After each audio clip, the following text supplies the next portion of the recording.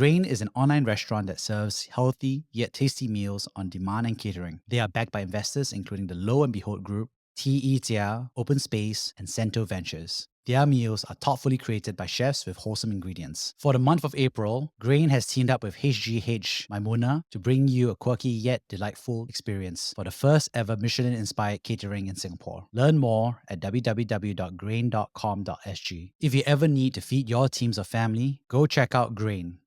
We have a special episode with our friends from Empires, an Asian business podcast. They've been helping VCs and operators learn from Asia's past. Empires is an immersive audiobook that chronicles the rise of Asian companies from Alibaba to Zoom. This is their first episode on CP Group, a Thai conglomerate which is known as the kitchen of the world that has fed more than half of the world's population.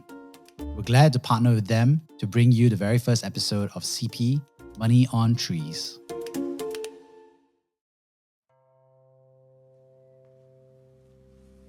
This is the story of Charoen Pokphand, better known as CP, a Thailand conglomerate whose second-generation leader, Dhanin Chearavanont, turned a seed business into the world's kitchen. It's around 1919, and Chia Ek Chor, a man hailing from Chaozhou, lands in a new world with nothing but his ethics in tow. At first glance, there's nothing particularly remarkable about him. Why would there be? He's just one among hundreds of immigrants spilling in from China, each desperate to carve out a living. Back home, like so many others, his family is counting on him. Suddenly, another man cuts through the crowd towards Ek Chor. Cousin, have you eaten yet? Yes. Come on, let's get you sorted out. His cousin insists, taking charge of Ek Chor's meager belongings, all but a haversack. While feeling its grainy texture, curiosity peaks and his cousin probes. What's in this? Seeds. Lots of them. Chia Ek Chor, at 23, never imagined he'd have to traverse oceans to eke out a living. Back in Chaozhou, his family were landowners, comfortably living off their land's yield. But fate had other plans. In the early 1900s, a mixed blessing struck the Chia family when the middle brother was accepted into university. Even then, the cost of higher education was astronomical, quickly devouring the rental income from the land. The day Ek Chor set sail, he probably noticed the multitude of farmers leaving with him. It sparked an idea. A flicker of inspiration. Maybe, just maybe, seeds held more value than they seemed. Initially, sales may have seemed sluggish, giving friends and acquaintances reason to doubt the venture. Seeds? Really? Money doesn't grow on trees. That won't make you any money. Do you actually think seeds will feed your family? After all, couldn't a farmer simply replant crops from his own harvest? But despite this, Ek Chor held on, fueled by a belief that something bigger was on the horizon. And as if the universe conspired in his favor, the synergy of global climate patterns began to shift, playing a pivotal role in what was to come. In Thailand, where the rainfall can drench the soil up to 8 times more than in Chaozhou, the land tells its own story. Here, minerals and nutrients are relentlessly washed away, a process known as leaching. This meant that while the first generation of crops flourished, their offspring were less robust, yielding smaller, weaker plants. In this challenging environment, Chia Ek Chor chanced upon an unexpected opportunity. The local farmers, grappling with this agricultural puzzle, soon became lifetime customers. Without realizing it, Ek Chor's future began to blossom, deeply rooted in this newfound demand.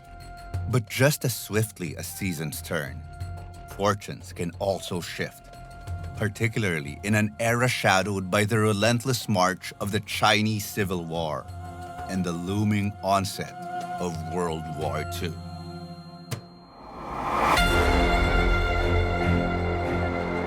For his humble seed shop to thrive, they would need to outgrow beyond his generation, enter business verticals that they never expected, and eventually blossom into a global food empire. Charoen Pokphand, CP, the kitchen of the world. From One Up Media, this is Empires, episode 1 of a 5-part series, Money on Trees.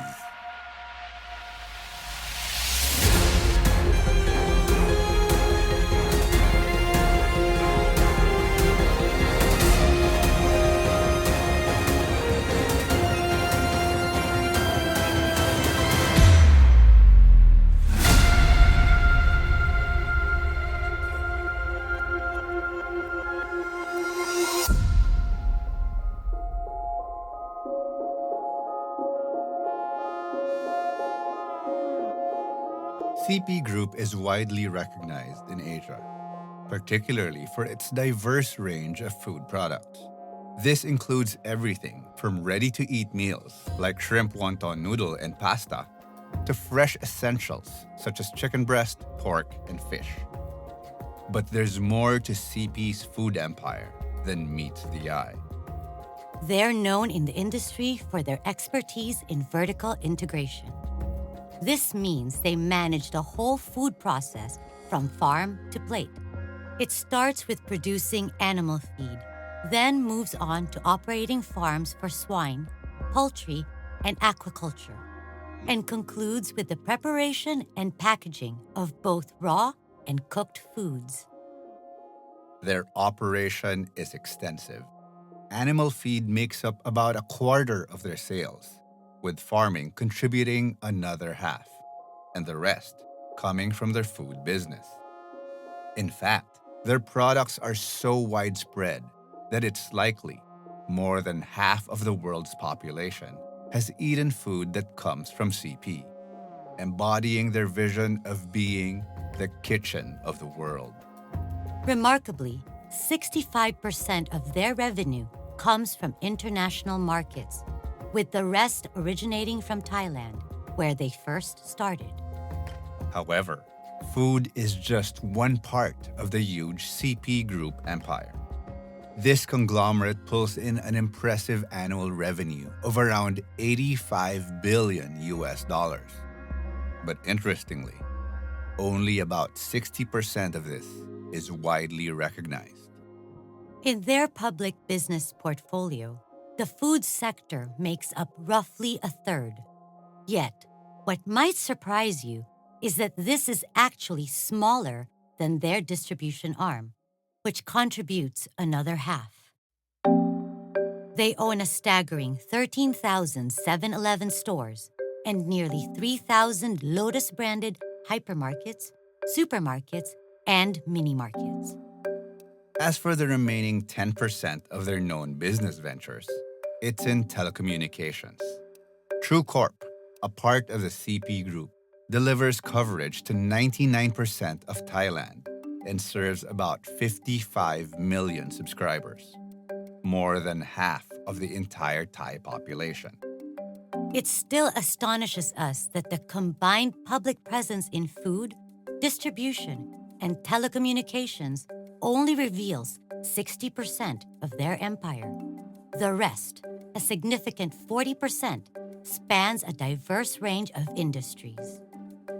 In total, the CP Group portfolio encompasses 8 business lines covering 14 business groups, ranging from automotive to pharmaceuticals, all powered by the hard work of approximately 500,000 employees. This vast network of companies has propelled the Chearavanont family to become the wealthiest in Thailand, placing them among the Big 5 families. These families, not unlike chaebols, at one point controlled assets amounting to about 20% of Thailand's entire GDP. Being in such a spotlight invites scrutiny and rumors, leading them to generally keep a low profile. When the Chearavanonts do speak up, it often seems aimed at easing any public concerns. Take, for instance, Dhanin Chearavanont, the brains behind CP and the son of our distant traveler, Chia Ek Chor. He has been known to dedicate entire pages just to clarify that CP isn't a monopoly. He explains that in the 21st century, it's not about the big fish eating the small fish anymore. It's the fast fish that eat the slow ones. Dhanin emphasizes that CP must remain agile and alert. In his view, any competitor moving at a quicker pace could potentially overtake them. But while this sounds logical, especially with the rise of e-commerce, it's tough to see CP as an underdog. After all, they are part of a powerful tripartite alliance with China's CITIC and Japan's Itochu. Combined, these three conglomerates have total assets nearly equivalent to Australia's GDP. It does make you think, exactly how fast must the krill swim just to outpace the benevolence of a whale? Geographically, CP's empire is a beast of its own. While Thailand is a significant part, China has played a major role in their rise. A little-known fact is that CP was actually the first foreign company to invest in Shenzhen when China first opened its doors. With the registration number 001, CP's venture in China expanded into various sectors, at one point even producing China's longest-running TV program. The tale of how Dhanin became the face of CP, the transformative steps they took to become the kitchen of the world, and why China became an essential part of their empire is nothing short of fascinating. But the real story, the full breadth of their journey, is a tale of time. A narrative so rich and expansive that it simply cannot be captured in a single generation.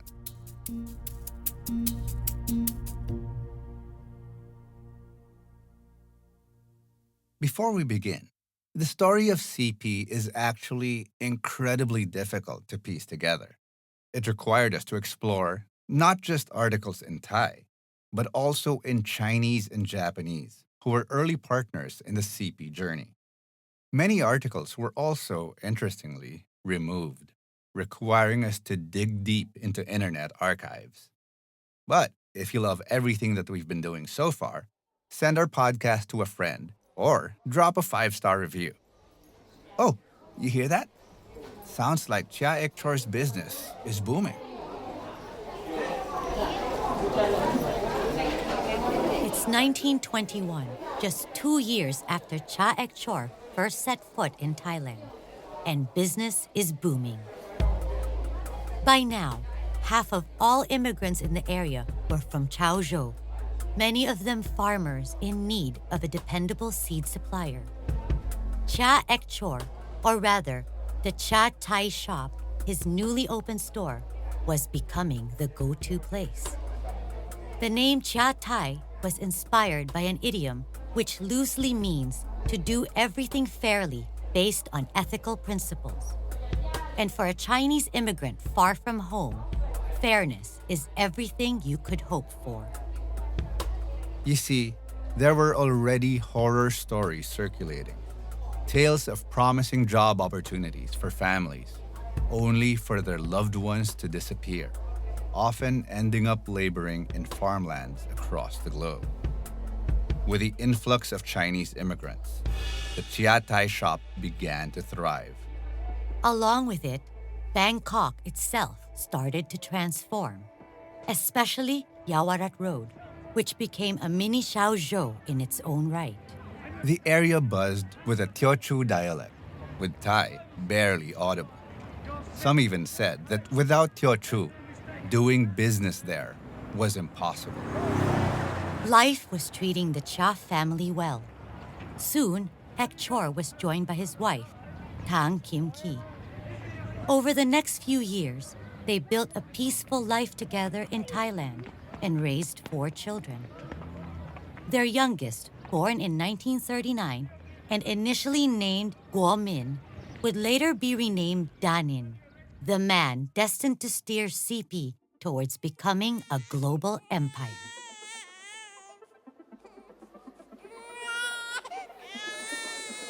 Over the next 2 decades, Bangkok's Yaowarat Road began to transform wider and deeper into a little Chaozhou. This bustling area would eventually rank among the world's largest Chinatowns, dwarfing the one in Los Angeles by 5 times. Beside it, the Chao Phraya River, a lifeline of commerce, pulsed with activity. Merchants and farmers navigated its waters, ferrying goods up and down the busy channel. Many would stop at the riverside farmers market to sell their produce, and on the return journey, a storefront caught their eyes, visible even from the river's edge. It read, Chia Thai, the seed shop run by the Chia family. Thanks to this prime spot, Chia Thai became a favored stop for local merchants and farmers to pick up seeds on their way home. Eventually, the Chinese population in Thailand swelled to represent 10% of the country. That's some 7 million people. By this point, you might be wondering, why was Thailand so welcoming to Chinese immigrants? So much so that Yaowarat Road felt just like Chaozhou. The answer lies in the nuanced historical relationship between Thailand and China. While today's stance might be more cautious, historically, the bond goes way back to King Thaksin the Great of Thailand in the 18th century. The story goes that a man of Teochew descent from China met and fell in love with Nokyang, a noble lady who turned out to be a princess. Their son became King Thaksin the Great, the only king of the Thonburi Kingdom, paving the way for modern Thailand. His reign forged a stable relationship with China, setting a precedent. As the rest of Asia underwent transformations, often under colonial rule, Thailand mostly remained free of Western dominance, its commerce thriving. But by the early 1940s, the flood of Chinese immigrants, numbering in the hundreds of thousands, created a new kind of competition, one that the Chia family hadn't anticipated. Their prime location at Chia Thai was no longer a guaranteed advantage. Chia Ek Chor realized he needed new strategies to compete in this ever-changing market.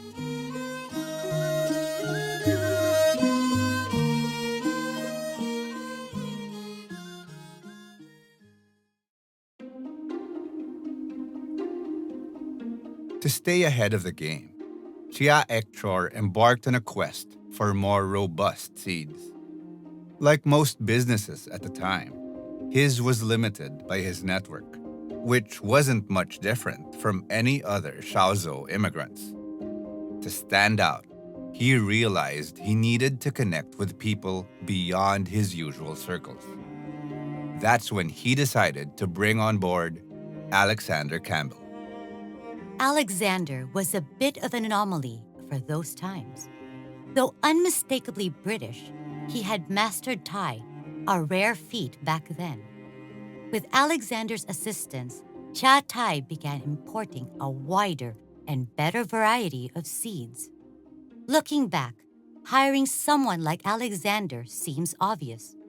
But in the 1940s, sticking with your own kind was the norm. Alexander Campbell would become a familiar figure in the life of Chia Ek Chor's youngest son. The boy, Guo Min, would often remember running through their 3-story home, which also served as their business headquarters, and bumping into Alexander in the first-floor office. As a child, he might not have grasped the importance of having a British employee. But later, when he took the name Dhanin, he would look back and realize how Alexander had shown his family that hiring the right person was what mattered most, irrespective of their nationality or race. Eventually, this learning would come to affect 500,000 employees in CP. With Alexander on his team, Chia Ek Chor's seed business expanded regionally. They started harvesting seeds from farms in Shantou, in China's Guangdong province, shipping them through Hong Kong and selling them not just in Thailand, but across Southeast Asia, including India. It was believed that this regional expansion gave Chia Thai the competitive edge it needed. However, as the early 1940s unfolded, it became clear that competition was about to become the least of their worries. On December 7, 1941, Japan launched its attack on Pearl Harbor. Less than 4 hours later, Japanese forces set foot on Thai soil.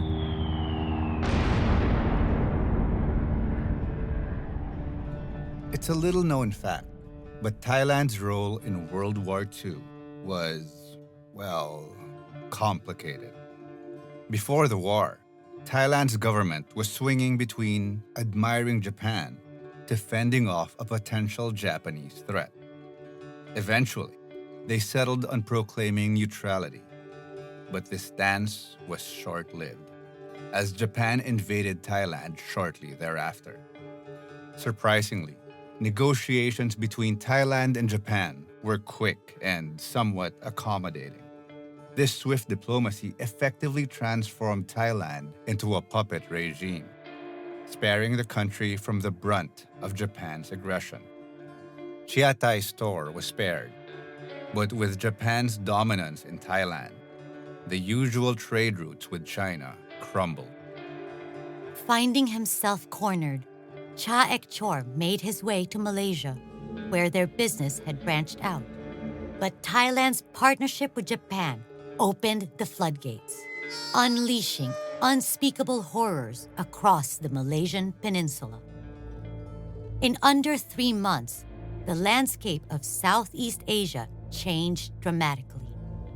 Japanese forces, in a relentless push southward, captured Singapore, the strategic southern tip, by February 15, 1942. This rapid shift put the entire region under a tight Japanese grip, making any attempt to slip away a perilous endeavor. For those of Chinese descent, the situation was even more dire. With Japan fiercely battling China, being Chinese in Japanese-occupied territories meant facing heightened risks and suspicion. Amid this turmoil, Chia Ek Chor had no choice but to go into hiding in Malaysia. He entrusted his store, the core of his family's livelihood, to his brother's care. Meanwhile, his children were to be taken care of by Miss Tang Kim Ki, his wife. Miss Tang was born a rich man's daughter, but her whole world turned upside down in an instant. The day the tsunami swept across the area, it took away their grandmother and plunged the family into poverty. In those harsh times, surviving on handouts, a young Miss Tang forged a principle close to her heart: the promise to extend kindness to others if fortune ever smiled upon her again. Growing up, Guo Min, their youngest son, was a keen observer of the generosity that defined his mother. He saw her giving money to relatives in need and sharing meals with the maids. This environment of compassion and empathy laid the groundwork for Guo Min's values, teaching him the importance of kindness in all interactions. a lesson rooted in the fact that his mother's life was saved by such generosity. Amid the chaos of Allied bombings in Bangkok and rising skirmishes, the family remained under the radar, enduring each day with resilience and hope. They awaited the moment when the tides of war would change, which finally came on September 2nd, 1945. I deem this reply a full acceptance of the Potsdam Declaration. World War II was finally over, and Chia Ek Chor could return home safely. Which specifies the unconditional surrender of Japan at the earliest possible moment. His return would be pivotal in Guomin's growth to become the Dhanin that we know today.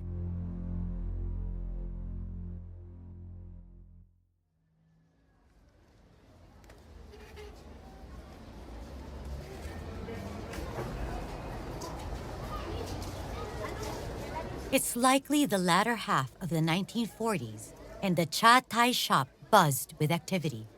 The rhythmic shoveling of seeds mingled with the crisp rustling of paper bags and the steady murmur of customers discussing the day's best picks. Guomin, a young boy with curious eyes, approached his father's stall, weaving through the crowd. His father, a middle-aged man with a sturdy build, was meticulously arranging small paper bags of seeds, their colors vibrant against the muted backdrop of the market. Guomin, tilting his head, said, Father, people are laughing at how pretty our seed bags are. Let them laugh, Guomin. Beauty has its purpose. Pointing to the logo on the bags, a stylized airplane, his father asked, Do you know why our logo is an airplane? Guomin shook his head, his gaze fixed on the emblem. Airplanes symbolize modern civilization, science, and advanced technology. They represent progress and the future. Turning to face Guomin, his father's eyes gleamed with conviction. We must operate differently from everyone else. We are not just seed sellers. We are the modern seed sellers. Our approach, like these airplanes, must soar above the ordinary. At the time, it's likely his father's words simply flew above the young Guomin's head. But years later, when renamed as Dhanin, he would recall moments in time where his father taught him what it meant to be customer-centric. You see, each packet of seeds from Cha Thai wasn't just packaged attractively. It came with something unique, an expiration date, something that few competitors had. Cha Thai also had a policy. Any expired seeds could be returned, no questions asked. This reflected how Chia Ek Chor truly understood his customers' needs. Reaching down to his sons, he would often explain, Farming is back-breaking work. If the farmer plants the seeds and waters them every day, but they never sprout, he suffers a tremendous loss. There's no way I will cause my customers to suffer a loss. Post-war, as peace returned and life resumed its rhythm, the Chia Thai shop continued to thrive. For the family, life moved on too, which much to Guomin's dismay meant finally starting school.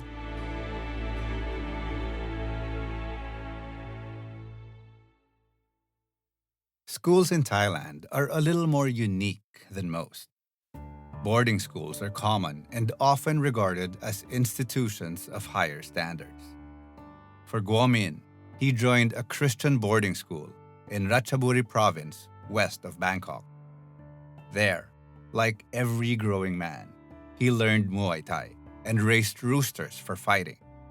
Back in the old day, common entertainment included raising spiders, cocks, and dogs to fight.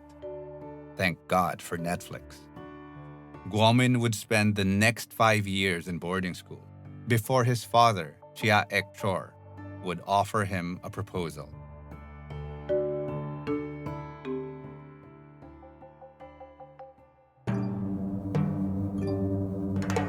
Right before World War II, China was on the brink of its own internal turmoil, teetering into a civil war sparked by deep-seated political rifts. This conflict pushed Mao Zedong and about 65,000 of his followers into an arduous journey through treacherous mountains and rivers spanning some 9,000 kilometers, nearly double the width of America. This expedition, known as the Long March, became a testament to the resilience of the Communist Party. During World War II, the Democratic and Communist factions in China momentarily united against a common enemy, the Japanese. But it was a fragile truce, merely a pause in their own conflict.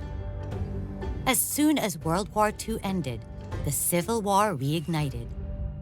Finally, in October 1949, the Communist Party emerged victorious, heralding the birth of the People's Republic of China.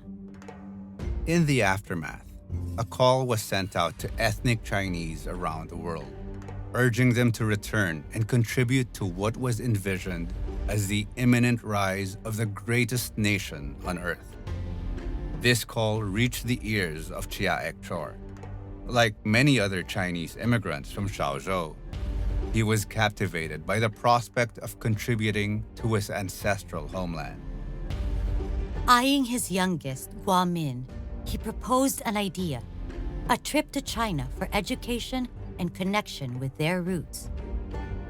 Likely traveling with a suitcase packed with excitement, both father and son knew that their futures were going to change. But not in the way they had hoped. Their initial welcome in China was fleeting.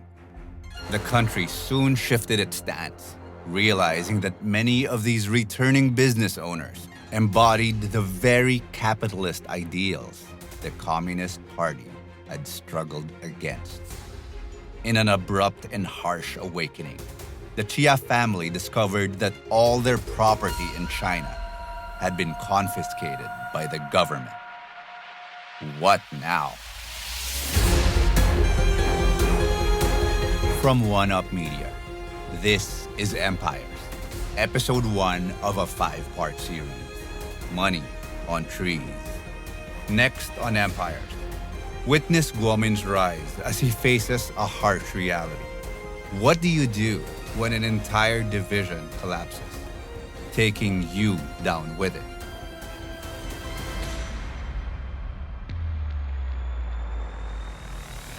Follow us so you won't miss out on Episode 2 of our 5-part series, Return to Roots.